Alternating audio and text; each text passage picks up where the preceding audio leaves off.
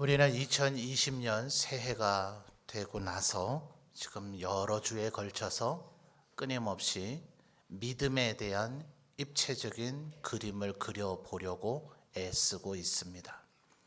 우리가 의도하지 않는다 할지라도 믿음에 대한 하나의 인식이 우리에게 너무 강렬하게 새겨져 버리면 마치 장님이 코끼리의 일부분을 만지고 그게 전부인 줄로 안다 하는 말처럼 그게 믿음의 전부인 양 여기게 되는 경향이 많기 때문에 우리 성도들 가운데에도 은연중에 내가 알고 경험했고 체험했던 믿음에 대한 부분을 그것이 믿음의 전부인 줄로만 알고 생각할 수가 있기 때문에 가능한 성경 말씀을 많이 찾아서 믿음이 무엇인가 조금 총체적인 그림을 그려보고자 하는 것입니다.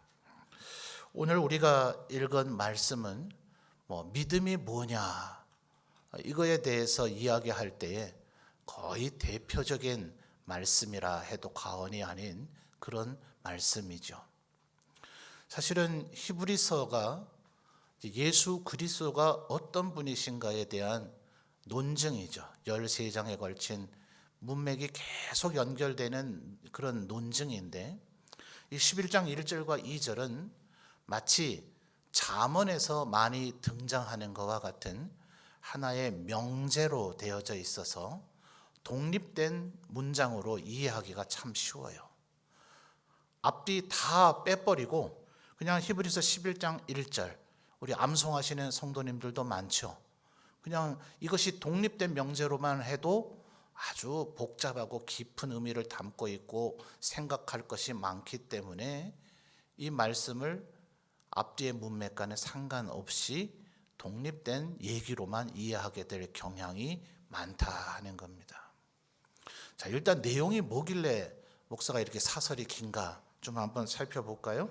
자, 11장 1절을 여러분이 다시 한번 읽어봐 주시겠습니까? 시작.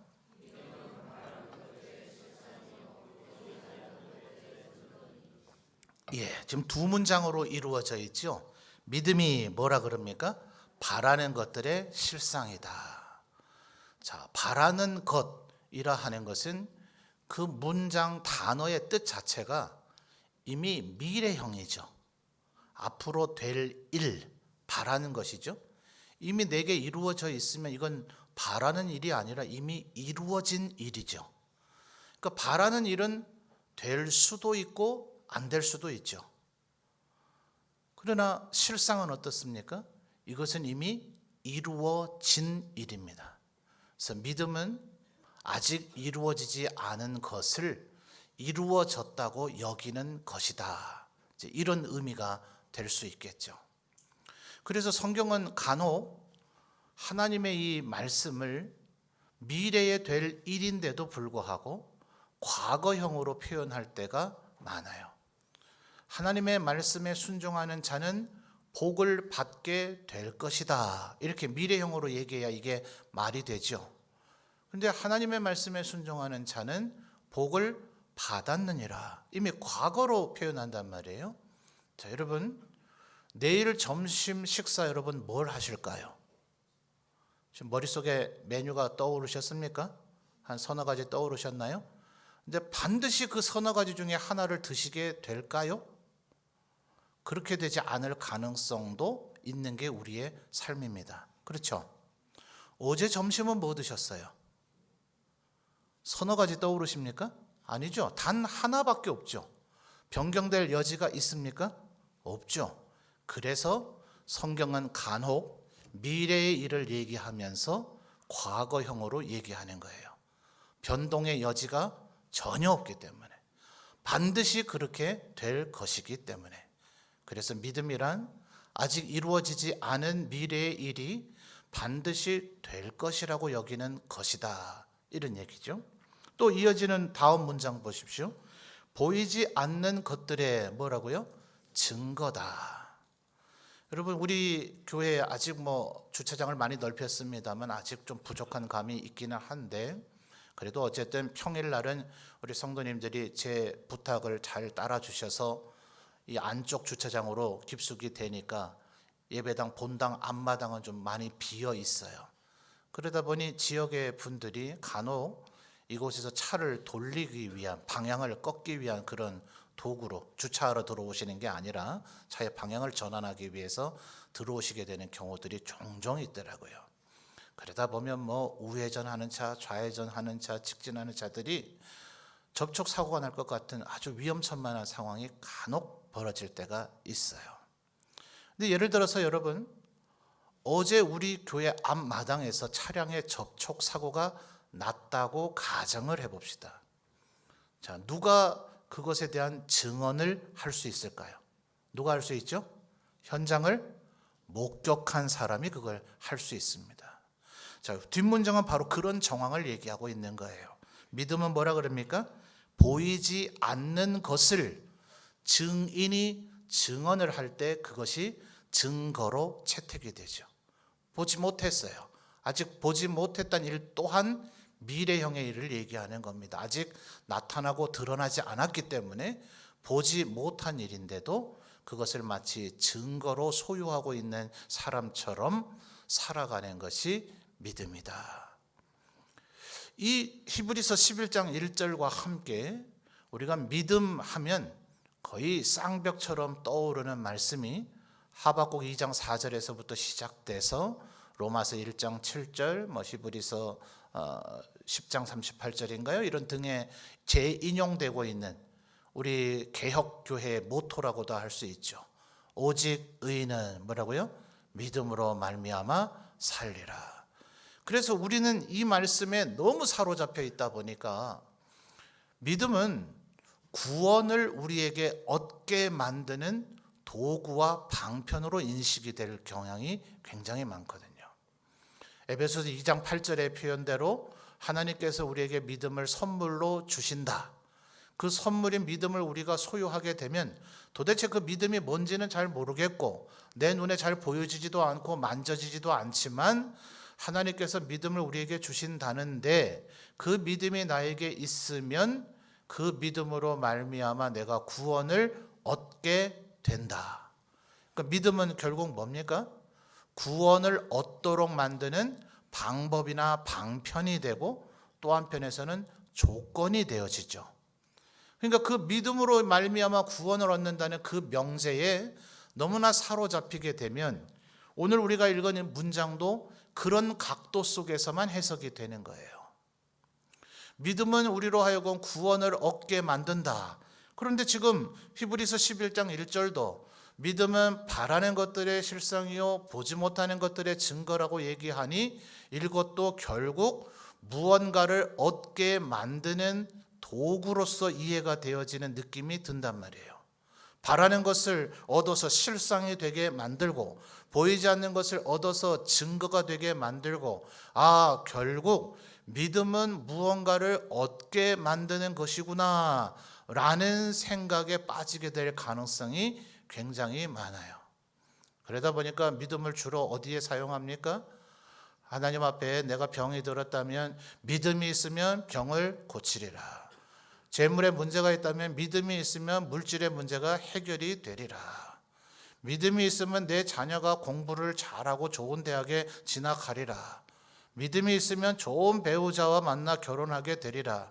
결국 우리의 믿음은 무엇인가 우리가 목적하는 것을 얻는 도구와 방법으로 이해되어지는 경향이 굉장히 많단 말이에요. 과연 믿음은 그런 것인가? 자, 여러분 오늘 분명히 히브리서 11장 1절의 문장의 설명 구조는 그런 느낌을 우리에게 많이 줍니다. 그런데 바라는 것이 실상이 될 수 있는 그 원인이 뭘까요? 보지 못하는 것이 증거가 될 수 있는 그 원동력은 도대체 어디서 나올까요?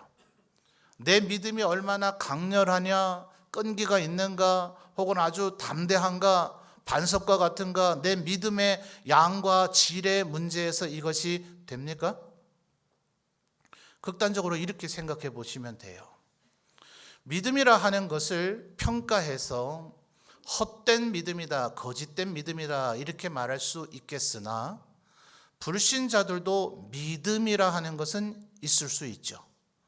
무언가를 얻게 만든다. 반드시 바라는 것이 실상이 되고 보이지 않는 것이 증거가 되도록 만드는 그 믿음이라고. 만약 믿음이 요 지금 문장의 그 어휘적 뜻만을 갖고 있는 그거라면 그런 믿음은 누구라도 가질 수 있죠.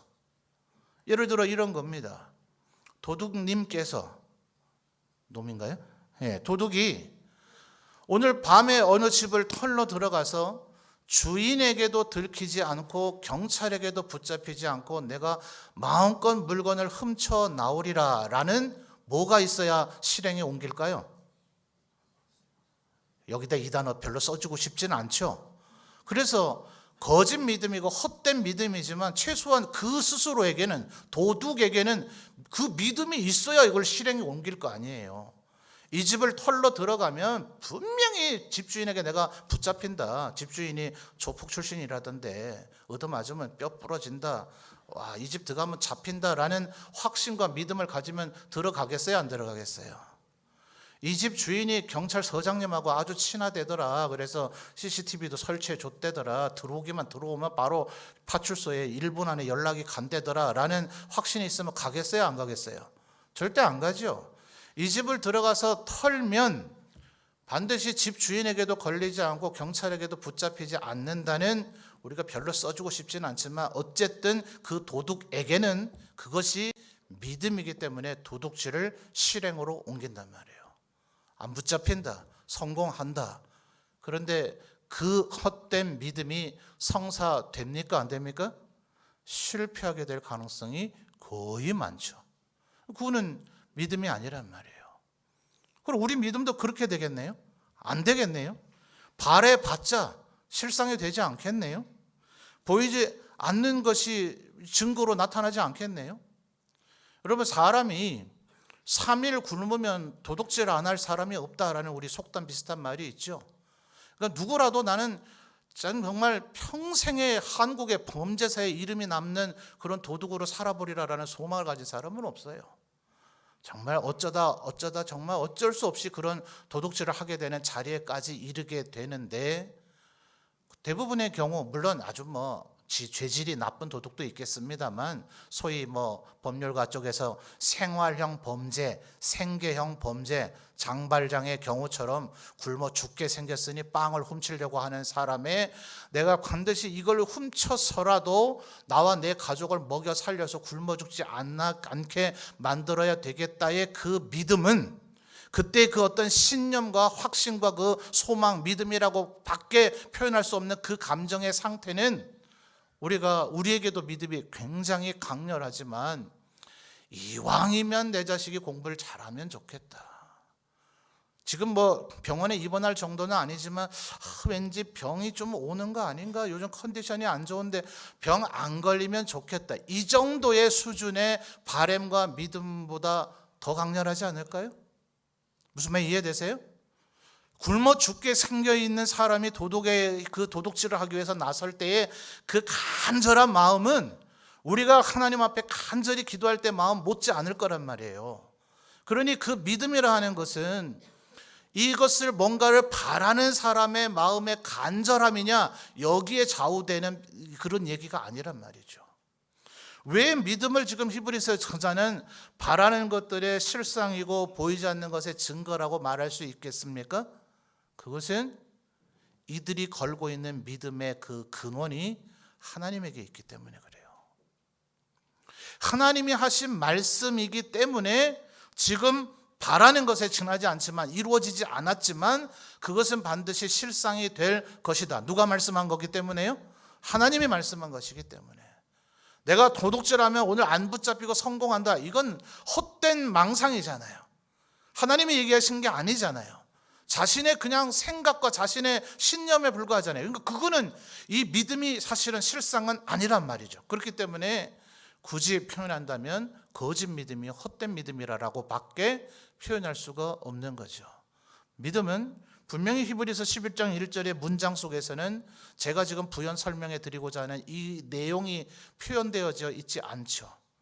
그렇기 때문에 우리들 스스로가 믿음은 병을 고치고 돈 문제를 해결하고 우리 아이들이 잘 되고 우리 가정이 평안하고 이런 걸로만 여기고 있다면 그것은 도둑질을 성공하기를 바라는 것과 별반 다르지 않아서 그 믿음은 믿음이 아니기 때문에 그 믿음의 결과가 나타나지 않는다 이 말이에요. 히브리서 11장 1, 2절 뒤에 2절 말씀을 먼저 살펴보죠. 2절을 여러분이 다시 한번 읽어볼까요? 시작. 아멘. 자, 선진들이 누굽니까? 바로 3절부터 이제 설명이 되어지는 우리보다 앞서 살았던 소위 믿음의 사람이라고 불려졌던 사람들이 2절에 선진들이 그 믿음의 사람들이 뭐로써요? 이로써. 이게 뭡니까? 믿음으로써를 이로써라고 줄여서 지금 표현한 거죠. 믿음으로써 증거를 얻었단 말이에요. 하나님이 말씀하셨으니 반드시 된다. 하나님이 말씀하신 거니까 이루어진다 라고 그것을 붙잡았기 때문에 그들은 그것을 믿음으로 소유하고 있을 당시에는 단순히 바라는 것밖에 되지 못했고 보지 못한 것밖에 되지 않았으나 끝내는 그것이 실상이 되고 증거가 되었다 하는 거예요. 가장 우리가 대표적으로 쉽게 이해할 수 있는 사람이 아브라함이죠. 하나님의 약속을 따라서 갈대아 우르를 버리고, 갈대아 우르는 오늘날의 뉴욕이나 라스베가스 정도 되는 그런 곳입니다. 거기가 제일 좋죠. 사람 살기에는 편하고 모든 건 누릴 수 있고 무엇이든 쓸 수 있고 돈만 있으면 뭐든지 다 해결되는, 뭐 천국과 다를 바가 없는 것 아니에요? 그런데 하나님께서 어디로 가라고 지정해 주신 것도 아니고 이제부터 말을 해줄 테니까 무조건 따라오라. 그렇게 해서 가고 간 것이 가나안 땅, 궁벽한 가나안 땅이며 그곳에서도 조카 롯과 헤어진 것이, 롯은 그나마 그 가나안 땅 안에서도 목초가 좋고 물이 많은 요단 들녘을 선택했는가 하면 아브라함은 황량한 산골짜기밖에 되지 않는 기럇아르바 헤르브론으로 올라갔더라는 거예요. 뭔 하나님의 말씀이 갈대아 우르가 훨씬 더 좋아 보이는데 여기로 오라고 한 것이 보여요? 아브라함의 마음속에 뭔가 바람이 있을 거 아닙니까? 우리 모든 인생이라면, 인간이라면 본능적으로 갖고 있는, 하나님 내가 좀 평안하게 살고 싶고요, 내 자녀 손들 모두 다가 좀 평안하게 살고 싶은, 시편 23편에서 소위 얘기하는 푸른 초장 쉴만한 물가, 이거 인간의 본능적 바람 아닙니까? 아브라함에게도 그게 예외는 아니죠. 근데 하나님께서 복 주시겠다고 해놓고선 불러서 데리고 끌고 오셨는데 그 말씀 따라서 오고 왔더니 결국에는 가나안 땅에 들어왔는데 오자마자 창세기 12장 하반부를 보면 오자마자 무슨 일부터 벌어져요? 흉년부터 벌어지고요. 흉년에 비해서 애굽 땅으로 갔다가 죽을 뻔하고요. 돈이 좀 생겼는가 싶은데 롯하고 대판 싸워서 종들끼리 싸워, 목자들끼리 싸워버리니 갈라서서 헤브론 골짜기에 올라가고 난 이후에 아브라함의 마음이 얼마나 처량했겠냐고요. 갈대아 우르 사는 게 훨씬 더 낫지 않았을까요? 하나님 뭐 이렇습니까? 하나님 말씀대로 왔는데 갈대아 우르보다 좋은 거 하나도 없고요. 산골짜기에서 이런 데서 지금 저보고 살려고 하는 겁니까? 여기서 살면 과연 정말 평안하고 은혜와 축복이 흘러넘치기나 하는 겁니까? 하나님 뭐라 그랬어요? 하늘의 별을 보라, 또 강가의 모래를 보라. 네 자손이 하늘의 별보다 강의 모래보다 많아질 거다라고 말씀하실 때 아브라함의 자손이 몇 명이요? 셀 수 없이 많았잖아요. 한 명도 없으니까 셀 수가 없죠. 한 명도 없는데 하나님 말씀하시기를 하늘의 별과 같이 바다의 모래와 같이 많아진대요. 나중에 세월 흘러서 사라가 죽게 생겨서 묘지를 만들려 하니 안에 하나 묻을 묘지도 없어요. 근데 하나님 뭐라 그러세요? 동서남북을 바라보라. 네가 바라보는 모든 땅이 너의 소유가 될 것이다. 당장 안에 묻을 땅도 없는데, 안에 묻을 묘지도 없는데. 근데 아브라함이 그걸 믿어요. 왜 믿어요? 하나님이 말씀하셨으니까. 지나가던 애굽의 바로가 말하면 못 믿죠. 갈대아 우르의 왕이, 갈대아인의 왕이 말하면 못 믿죠. 블레셋의 아비멜렉, 블레셋 왕이 말하면 믿을 수가 없죠. 인간이 말하는 것을 믿는 게 아니에요. 내 마음속에 그냥 내가 바라는 허상적인 나의 신념, 나의 그냥 바램, 나의 욕망, 그것이 믿음이라는 걸 얘기하는 게 아닙니다. 하나님이 말씀하신 것은 이루어진다. 이것이 믿음의 근거이고 기초란 말이에요. 그러니까 우리가 지금 얼마나 믿음을 잘못 오용하고 있는가. 하나님 우리에게 약속하지 않으셨고 하나님께서 우리에게 말씀해 주지 않으셨는데 우리 성도들이 뭐 설마 도둑처럼 사시기 하겠습니까마는 하나님의 언약도 약속도 아닌 그저 나의 바람, 나의 소망을 가지고 하나님께서 이걸 이루어 주실 것이라고 생각을 해서 마치 믿음은 금식도 하고 철야도 하고 그냥 하나님 앞에 뭐 어떻게 하면은 이루어질 것 같은, 왜 모든 우상 이방 종교들이 다 그렇게 하니까요. 그래서 그냥 금식하고 철야하고 그냥 뭐 큰 소리로 기도하고 뭐 이러면 뭔가를 이뤄낼 것 같아서 그렇게 하면, 철야하면 믿음 좋은 줄 알고, 금식하면 믿음 좋은 줄 알고, 큰 소리로 기도하면 믿음 좋은 줄 알고, 방언하면 믿음 좋은 줄 아는 착각이 우리에게 얼마나 많느냐 하는 거예요. 지금 히브리서의 저자는 진정한 믿음이 뭐라 그래요? 말씀하신 이가 하나님이시고 그 하나님의 말씀을 이루어질 줄을 믿는 것, 그게 믿음이라는 거예요. 그런데 여러분 다시 1절을 보십시오. 믿음은 그다음 뭐라 그러죠? 바라는.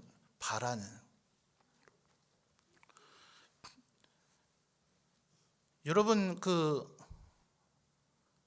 이런 예가 요즘 적절한가 모르겠습니다.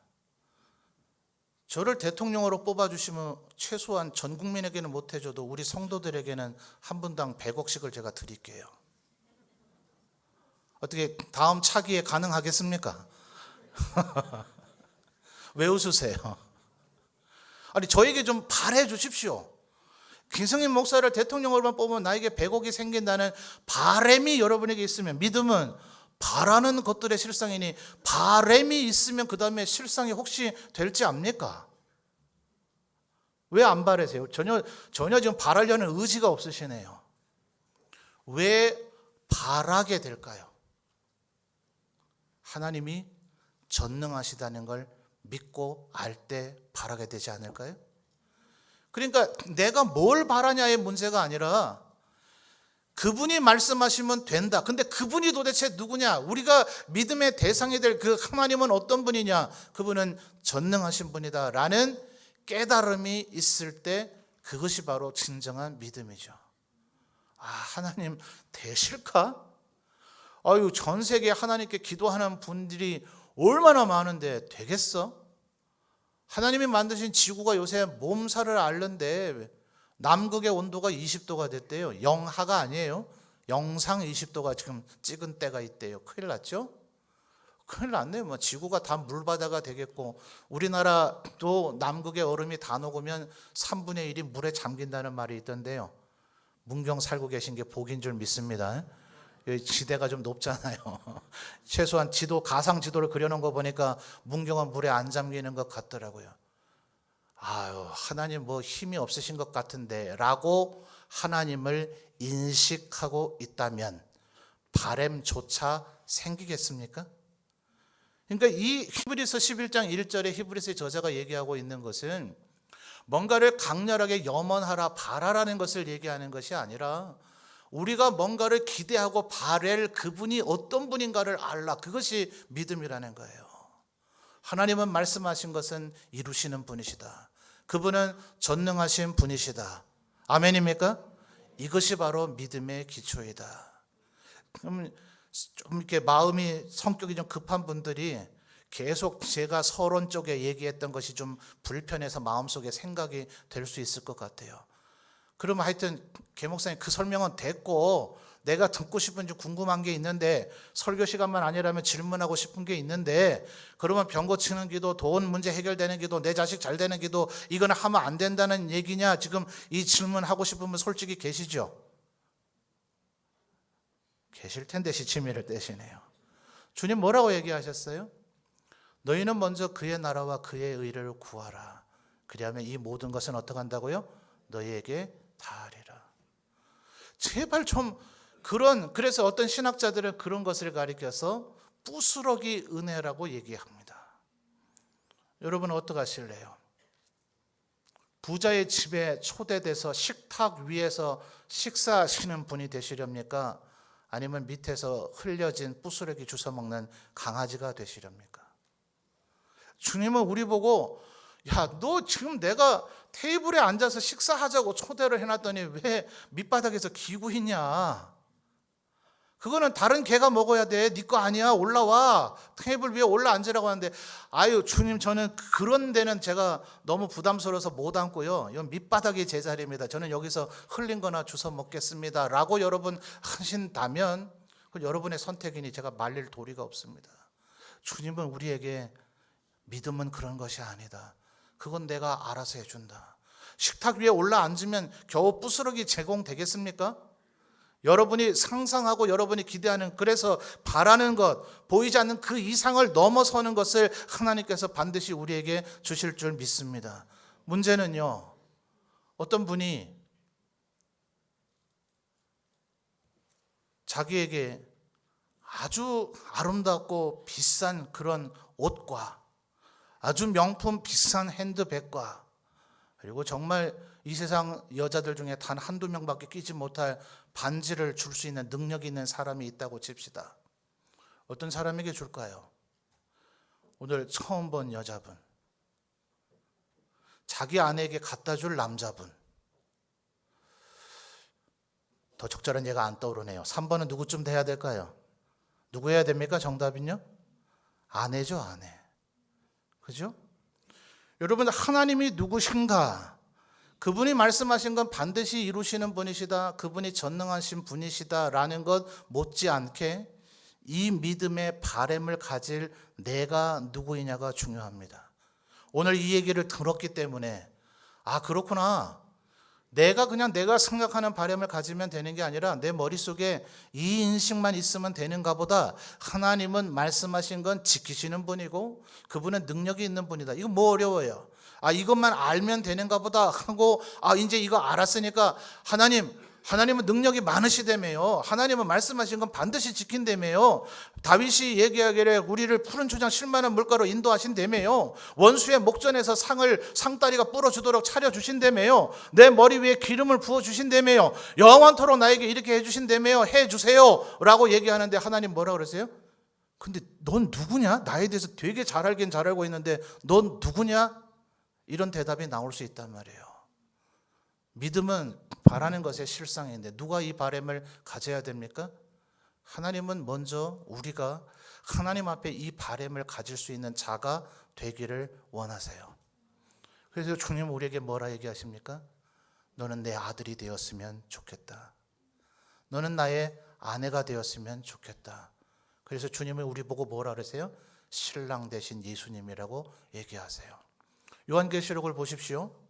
계시록은 절대로 심판의 얘기가 아니에요. 그건 불신자들 해당될 얘기예요. 여러분은 믿음이 있으신 줄 믿습니다. 그러니까 계시록을 읽으실 때도 심판당한다, 이 세상이 멸망당한다 그런 얘기 보지 마세요. 하나님의 백성들은 영원토록 주와 함께 왕노릇하게 될 것이다. 더 이상 그들에게는 죽음도 고통도 슬픔도 눈물도 없는 세상이 그들 앞에 열려지게 될 것이다. 그들은 어린 양의 신부로서 어린 양의 혼인잔치에 초대될 것이다. 그게 우리를 향한 하나님의 약속의 말씀이에요. 하나님의 예수님의 신부가 되어지면 주님이 알아서 모든 것 채워주실 줄 믿습니다. 그러니까 그 신랑 되신 예수님에게 예수님 제가 드레스가 필요해요. 예수님 저 백을 갖고 싶어요. 예수님 저 반지 갖고 싶어요. 좋아할까요? 예수님 좀 언짢아 하실 것 같아요. 알아서 해줄 건데 이라고 했다. 사람마다 성격마다 그런 분들 있잖아요. 해줄 건데 해달라 그러면 짜증나는. 뭐 예수님은 그런 분은 아니지만 해주실 주님 앞에 그런 걸 목록을 들이밀고 있다는 것은 얼마나 어리석은 일입니까? 중요한 건 뭐가 되면 되죠? 내가 그분의 좋은 자녀가 되면 되고 그분의 참된 정결하고 거룩하고 향기로운 신부가 되면 되는 줄 믿습니다. 그러니까 이 믿음이라는 것은 바로 그것이 바탕되는 거예요. 지금 히브리서의 저자는 우리에게 주님 앞에 가서 마치 그러니까 자꾸 그런 모습들이 성경에 나오니까 야복강에서 야곱이 밤새도록 씨름해서 주님의 다리 붙잡고 못 가요. 축복하기 전에는 못 가요. 이러니까 이게 믿음인가 보다 생각하는데 야곱은 에서는 그렇게 만홀히 여기고 있을 그때에 조용한 사람으로 믿음의 언약의 말씀을 아브라함과 이삭에게 듣고 있었다. 이게 중요한 거예요. 에서가 어디 하나님 앞에 제단 쌓았다는 얘기 있습니까? 야곱은 형의 죽음의 그 위협, 협박을 피해 다니고 도망가는 그 와중에도 하나밖에 없는 기름을 땅에 쏟아 부으면서 이곳이 하나님의 집이었구나, 베델이구나, 그 베델에서 예배하더라고요. 여자에게 정신 팔려서 레아 라헬 얻는데 정신 팔리고 재산 쌓는데 정신 좀 팔리지만 20년 지나고 나니 다시 하나님께서 너 내가 기다리는데 벌써 20년이 지났는데 언제 나한테 돌아올 건데, 너 나하고 약속한 게 있잖아, 언제 돌아올 거야. 그때 야곱이 정신 차려서 어디로 가요? 중간에 아직도 덜 정신 차려가 헤매면서 숫곳으로 갔다가 세겜으로 갔다가 곤욕을 치르긴 치르지만 좀 몇 대 의도 맞고 나니 정신 차려서 내가 베델에서 하나님의 이름을 부르리라 약속했었지 라고 그가 베델에 와서 엘 베델의 하나님을 찾더라는 거예요. 이게 야곱이 복받는, 별로 사실 야곱의 모습을 이렇게 들여다보면은 별로 에서보다 나은 것도 없지만 결정적인 차이는 에서는 끝까지 하나님을 찾지 않았고 야곱도 형편없긴 형편없지만 그래도 그가 하나님을 찾으면서 주님 앞에 마치 탕자가 눈물을 흘리며 돌아오듯이 주님 앞에 돌아오니 네가 나의 신부가 되고자 하는구나, 네가 나의 아들이 되고자 하는구나, 나는 너무나 죄를 지어서 아들 노릇 못합니다, 종으로라도 삼아 주십시오. 아니 그럴 순 없다. 너는 애초부터 내가 아들로 택했기 때문에 종 삼을 순 없다. 내가 너를 아들의 자리로 회복시키리라. 반지 끼워주시면 모든 것이 끝나는 줄 믿습니다. 그러니까 우리가 가져야 될 믿음은 주님 주세요 이게 아니고 여유를 좀 누리세요. 내가 잘나서가 아니고 내가 무슨 대단한 능력을 가져서가 아니라 주님이 우리를 긍휼히 여기셨대요. 우리를 어여삐 보셨대요. 내가 그냥 좋대요. 내가 너를 너무 좋아서 너를 내 아내 삼아야 되겠으니, 내 아들 삼아야 되겠으니 너는 나의 아내가 되라, 나의 아들이 되라. 예 주님 그러겠습니다 라고 주님이 나의 모든 것을 해결해 주시고 책임져 주실 분이라는 것을 믿고 바라면, 보이지 않지만 그것을 기대하면 그것이 우리에게 실상과 증거가 될 것이다. 그 믿음이 우리가 원하는 모든 것은 알아서 채워줄 것이다. 여러분, 부스러기는 이제 내려놓고 밥상 위에 올라 앉으시는 여러분 되시기를 주님의 이름으로 축원합니다. 여러분을 식탁의 자리로, 정결한 신부로 혹은 나의 아들로 초대하신 주님 앞에 감사히 마주 앉으십시오. 주님이 허락하셨으니 우리는 거기 앉을 자격이 있습니다. 기쁨으로 그 자리에 앉으십시오. 주님이 우리에게 주시는 그 은혜를 누리십시오. 나는 부족하고 연약하지만 주님이 나를 자녀 삼으셨구나, 나를 아내 삼으셨구나, 그 사실을 믿으십시오. 그러면 우리가 바랄 그 작은 자잘한 것들은 당연히 실상과 증거로 이어지게 될 것입니다. 자잘한 것을 붙잡지 말고 본질을 붙잡아서 주님이 우리의 아내, 남편이시며 우리의 아버지시다, 이 믿음 위에 굳건히 서 있는 우리 모든 성도들이 되시기를 바랍니다.